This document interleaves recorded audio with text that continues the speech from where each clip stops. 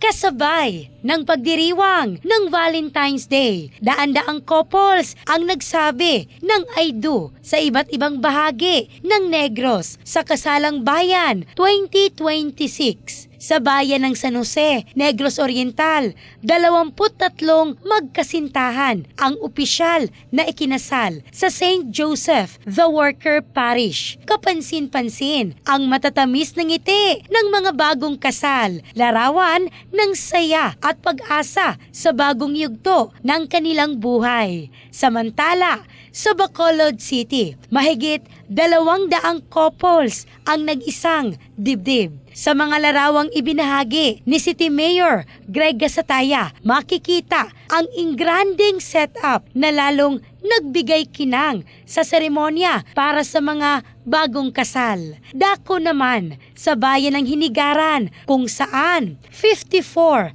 lovely couples ang formal na naging Mr. and Mrs. Tampok sa selebrasyon ang Longest Kiss Challenge. Makikita sa video ang halikan na puno ng pagmamahalan na sinabayan ng hiyawan at palakpakan ng mga dumalo. Sa araw ng mga puso, muling pinatunayan ng mga bagong kasal na ang pag-ibig ay mas tumitibay kapag sinabayan ng commitment. In the heart of changing lives. Ako, si Michelle Craste ng Brigada News Philippines, the Music and News Authority.